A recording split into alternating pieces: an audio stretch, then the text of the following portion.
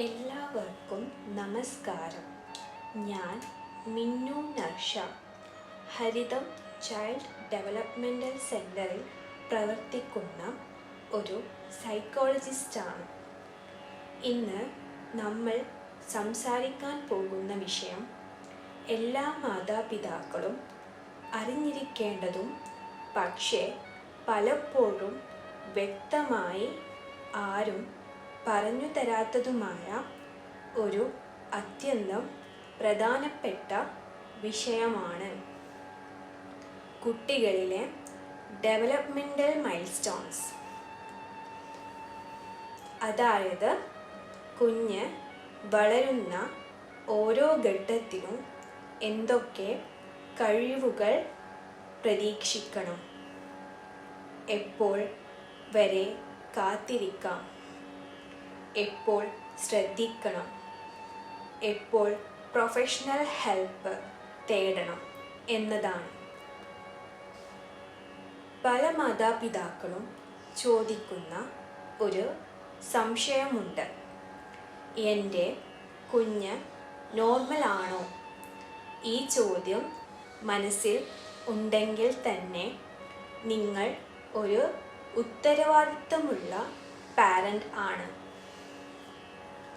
കാരണം മൈൽസ്റ്റോൺസ് അറിയുന്നത് കുഞ്ഞിനെ പ്രഷർ ചെയ്യാനല്ല, മറിച്ച് കുഞ്ഞിന് വേണ്ട സപ്പോർട്ട് ശരിയായ സമയത്ത് നൽകാനാണ്.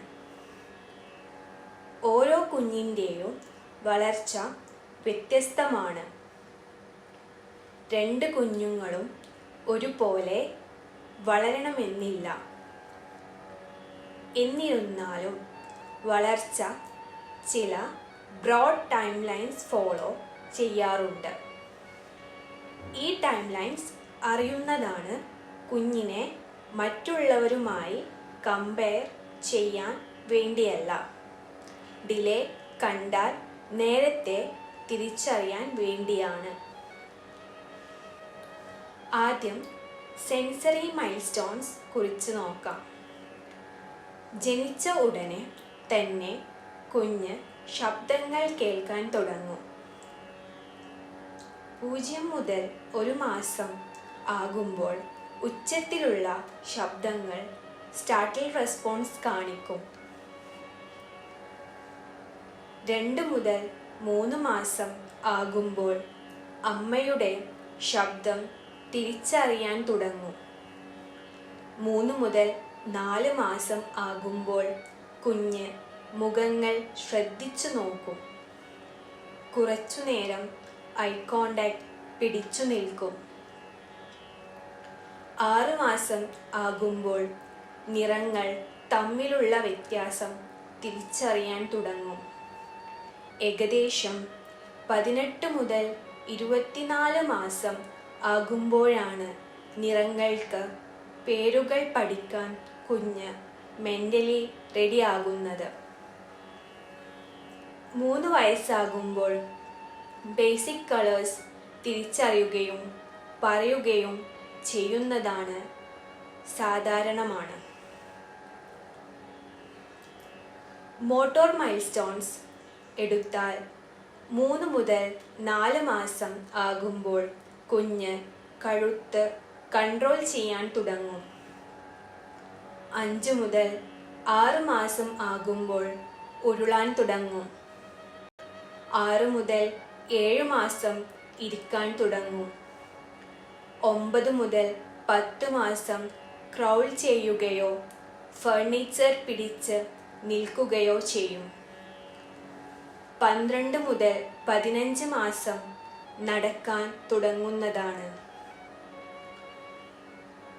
ഫൈൻ മോട്ടോർ മൈൽസ്റ്റോൺസിൽ 5 മുതൽ 6 മാസം ആകുമ്പോൾ കളിപ്പാട്ടം പിടിക്കുക, 9 മുതൽ 10 മാസം ഫിംഗർ ഉപയോഗിച്ച് ചെറിയ വസ്തുക്കൾ എടുക്കുക,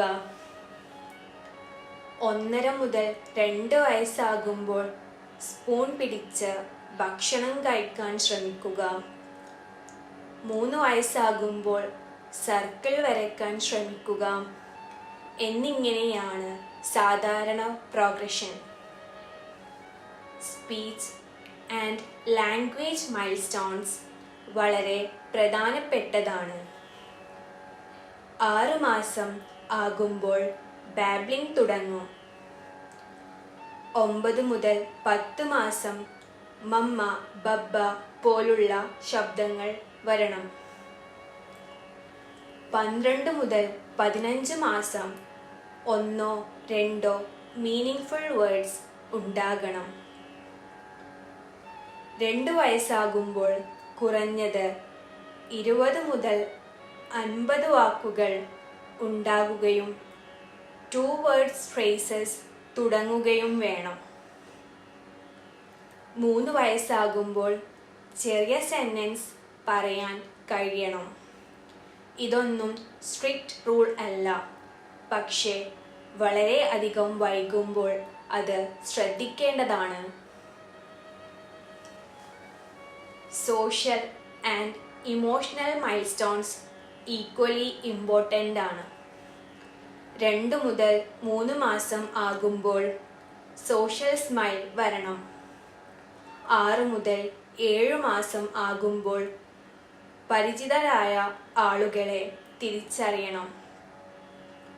9 മുതൽ 12 മാസം ആകുമ്പോൾ പേര് വിളിച്ചാൽ തിരിഞ്ഞു നോക്കണം. 1.5 വയസ്സ് മുതൽ 2 വയസ്സാകുമ്പോൾ ഇമിറ്റേഷൻ, പ്രിട്ടൻഡ് പ്ലേ എന്നിവ തുടങ്ങും.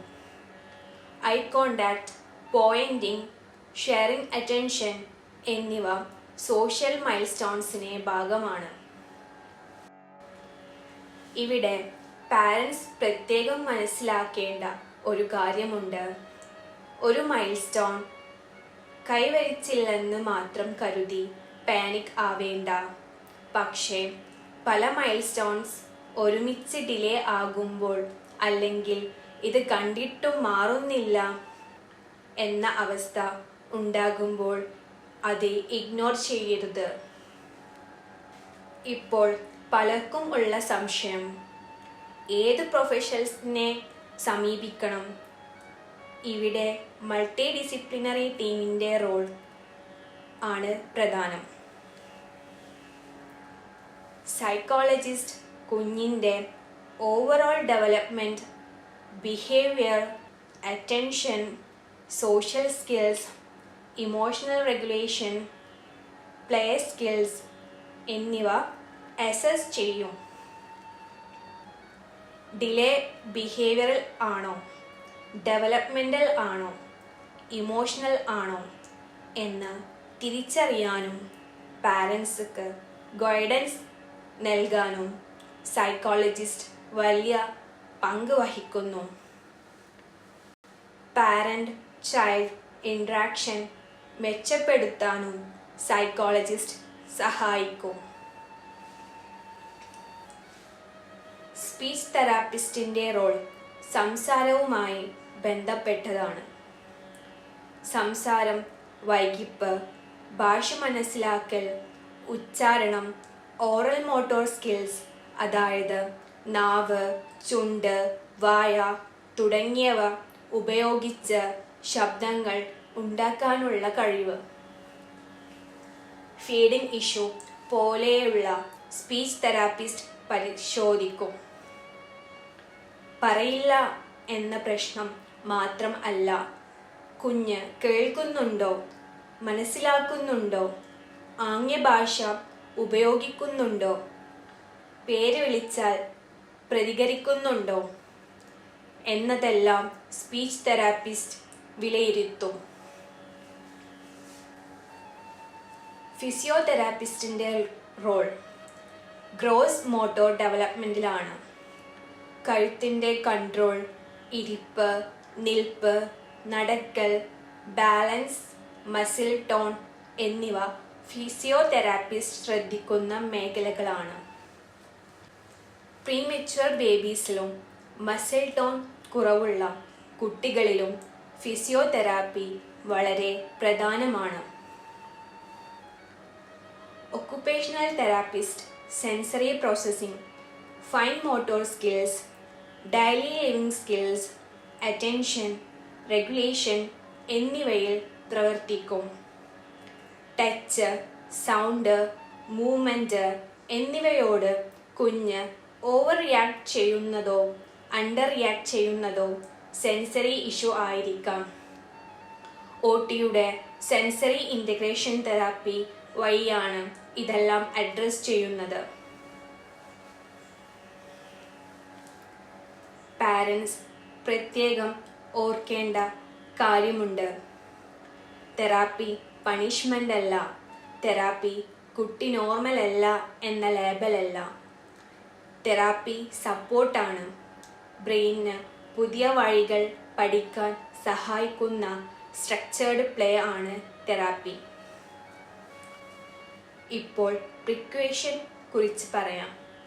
ആദ്യത്തേത്, എക്സസീവ് സ്ക്രീൻ എക്സ്പോഷർ ഒഴിവാക്കുക. അമിതമായ മൊബൈൽ, TV, യൂട്യൂബ് എക്സ്പോഷർ മൈൽസ്റ്റോൺസ് വളർത്തില്ല. പലപ്പോഴും അത് ഡിലേ ചെയ്യും. രണ്ടാമത്, കുഞ്ഞിനോട് സംസാരിക്കുക, കളിക്കുക, ഫേസ് ടു ഫേസ് ഇൻട്രാക്ഷൻ വർദ്ധിപ്പിക്കുക. മൂന്നാമത്, കമ്പാരിസൺ ഒഴിവാക്കുക. അവൻ്റെ കുഞ്ഞ് ഇത്ര ചെയ്തല്ലോ എന്ന വാക്കുകൾ കുഞ്ഞിനെയും പാരൻസിനും ഈക്വലി ഡാമേജിങ് ആണ്. നാലാമത്, ഡിലേ കണ്ടാൽ ബ്ലെയിം ചെയ്യരുത്. ഇതുവരെ നടന്നില്ല, ഇപ്പോഴും പഠിച്ചില്ല എന്നൊക്കെ പറഞ്ഞു കുഞ്ഞിൻ്റെ ആത്മവിശ്വാസം തകർക്കരുത്. അഞ്ചാമത്, വെയിറ്റ് ആൻഡ് വാച്ച് എന്നത് അർത്ഥമില്ലാതെ നീട്ടരുത്. അതുപോലെ ഓവർ ടെൻഷൻ കാണിക്കരുത്. പാരൻറ്റിൻ്റെ ആങ്സൈറ്റി കുഞ്ഞിനും ട്രാൻസ്ഫർ ചെയ്യാം. അത് വളർച്ചയെ തന്നെ ബാധിക്കും.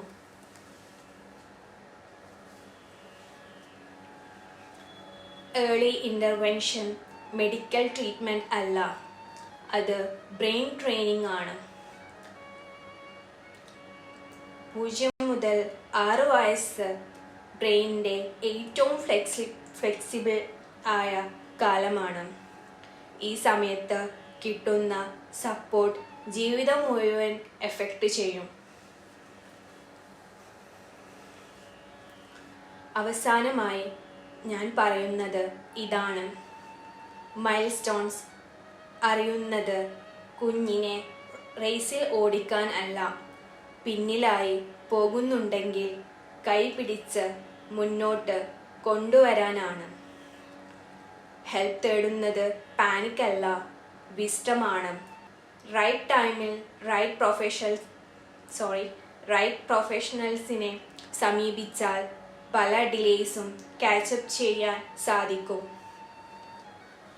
കുഞ്ഞ് നടക്കുമ്പോൾ വീണാണ് പഠിക്കുന്നത്. അയ്യോ അയ്യോ എന്ന് പേടിപ്പിക്കുന്ന ശബ്ദങ്ങൾ കുഞ്ഞിൻ്റെ കോൺഫിഡൻസ് കുറയ്ക്കും. നിങ്ങളുടെ കുഞ്ഞ് സ്ലോ ആണെന്നല്ല, യുണീക്ക് ആണെന്നായിരിക്കാം. പക്ഷേ സപ്പോർട്ട് ഇല്ലാതെ യുണീക്ക് ആയാലും സ്ട്രഗിൾ ചെയ്യേണ്ടി വരാം. സപ്പോർട്ട് ഉണ്ടെങ്കിൽ വളർച്ച എളുപ്പമാക്കാം.